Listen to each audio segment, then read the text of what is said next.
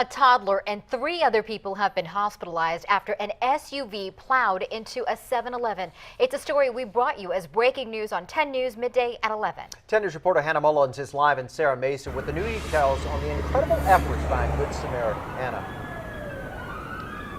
Just minutes ago, I spoke to the employee who was here when it happened. He said there were startling sounds everywhere. He said that SUV crashed right through the window right there, hit an older gentleman, an employee, then pinned a Navy sailor against the wall.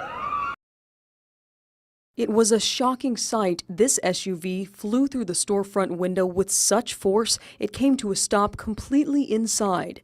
Just glass shattering, you know, the engine revving, the car jumping the curb, people screaming, you know, like it was a lot.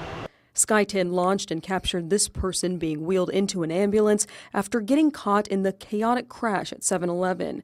Chris Spivey was pumping gas when he heard those jarring sounds.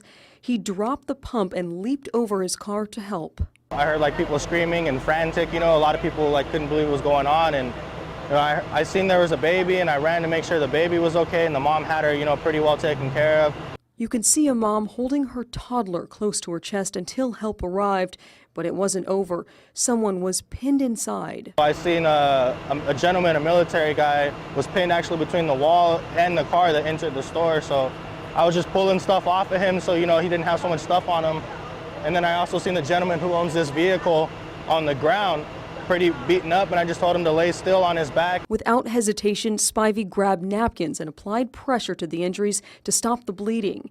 And somehow, the 52-year-old driver escaped her own crash without being hurt. She was really shooken up. I remember her telling me like something was wrong with her brakes, and I was just telling her to stay calm, you know, don't leave. San Diego police think faulty brakes may be to blame for sending this small child and 3 others to the hospital.